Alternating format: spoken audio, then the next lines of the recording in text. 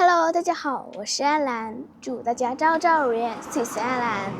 今天呢，我来到了江西省的萍乡市，来探访一座西字塔。可能有人会说了，西字塔有什么好看的呢？难道它有什么特点吗？没错，它最大的特点就是它的地理位置非常的特殊，它正好在湖南和江西两省的交界处。而且它的塔身上面有许多的雕刻，还有对联。那好了，我们就近距离去看看吧。嗨，大家好，今天我们来到了湖南省醴陵市和江西省萍乡市的交界处。这座西子塔位于两省的地界分界线，而且它的旁边有一个民居。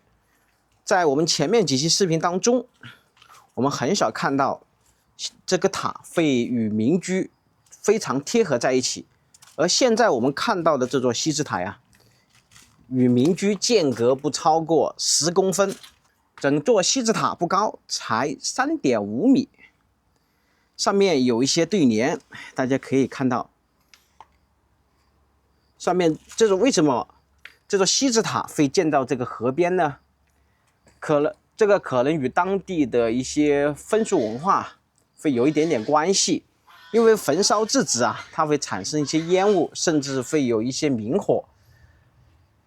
右手边呢是一座山，所以它沿着河边建可能如果说烧完制纸以后它会有些飞烬，他们会用河水把它熄灭，就避免山火的发生。在这座西子塔上面雕刻了一些精美的图案，像我镜头的正前方，这是雕刻的毛笔，这边还有孔雀和牡丹。这边是有孔雀和牡丹，对不对？是的。好，我们在这里看一下，就是和孔雀和牡丹。这上面可以清晰的看到3个字：西字塔。雾什么？上面有些字迹被掩盖掉，然后呢，还有一些是风化了。在上方就能够看到有一些人物，应该是包拯出巡的时候。它这个塔基，它上面有抹了水泥，可能这个塔基以前是损坏过的。这个塔呢，它做了一点点修缮，你看一下，这个旁边就有接近2到3米高的一个悬空的地方，对面就是一条河流，叫涓水，也是萍水河，是萍乡跟湖南醴陵的一条直通的河流。然后我的右手边就是民房民宅了。这座西子塔里面还有长的这种杂草、野草，就长到外面来了。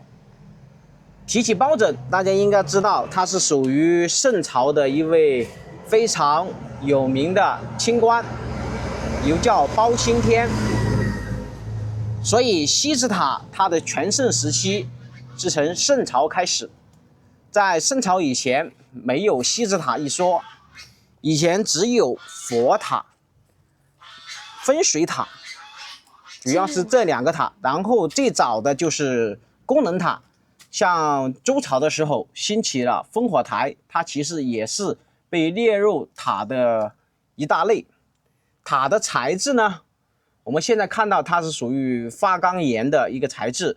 在古代这个塔它有砖塔、石塔、木塔、土塔，然后就是这种花岗岩石塔。但是真正经久耐用的就是石塔和花岗岩塔。像我们前面几期视频中，我们有拍过一个塔叫燕子衔塔，它就是全部用泥土修建的一座宝塔。它是为了纪念燕子衔这位大善人为当地群众做的贡献。西子塔我们以前讲过，它的主要功能就是焚烧制止，帛书也好，纸张也好，只要是有文字的一些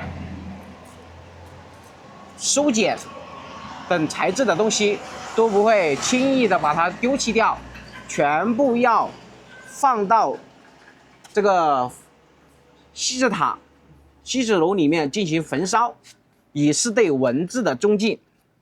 我听说把这些纸张焚烧成灰烬之后，会封在坛子里面，压上石头封几个月，之后呢，再把灰烬丢进河里。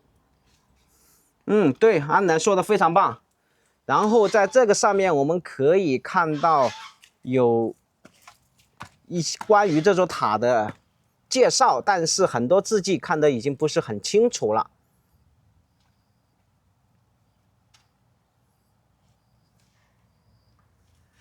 这座塔整体的高度，我刚刚有讲过，才3.5米。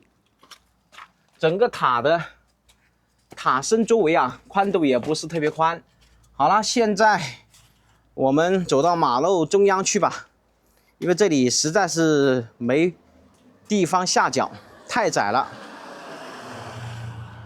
我们走到公路的一侧，这条公路是通往前方就是醴陵，然后这一边就是萍乡，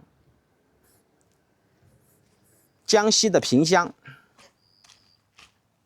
这边有一块文物保护碑，西字塔，2020年3月20日立。萍乡市文物保护单位，属于江西省的一个城市。这边呢就有一副对联，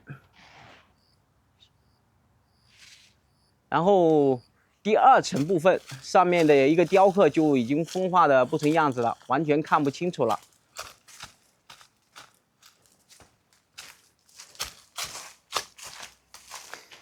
这里有一块界碑，上面写的是萍水河。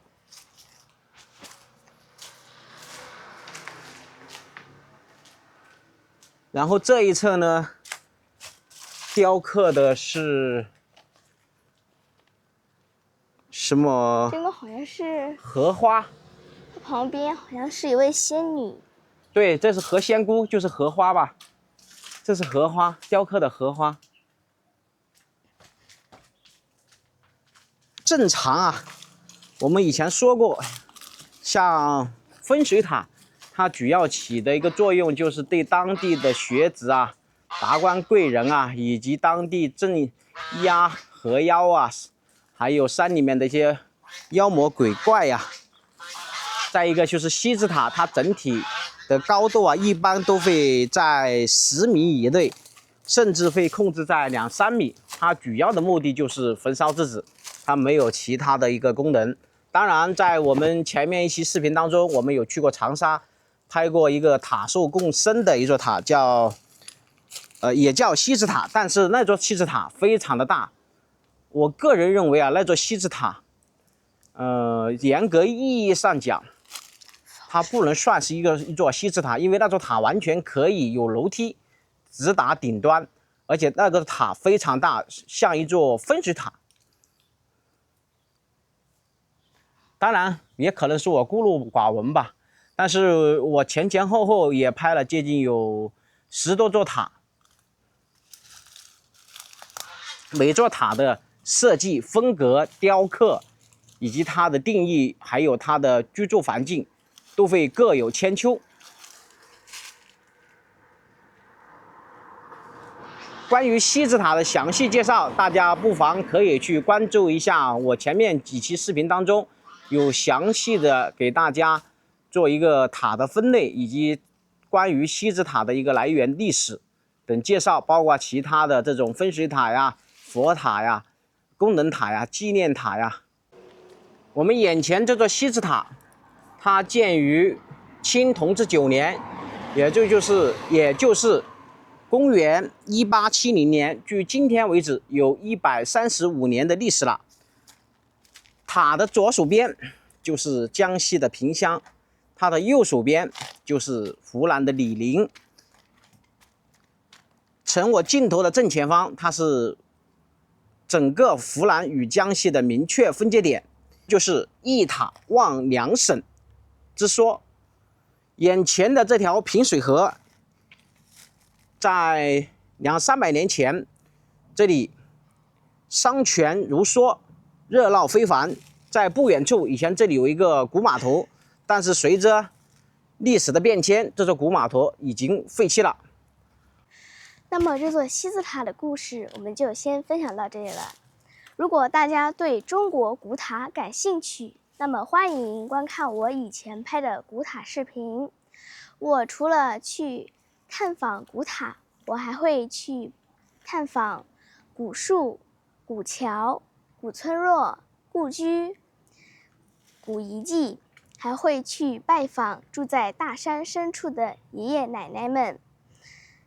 那么今天的视频我们就分享到这里了，感谢大家的收看，我们下期视频再见，拜拜。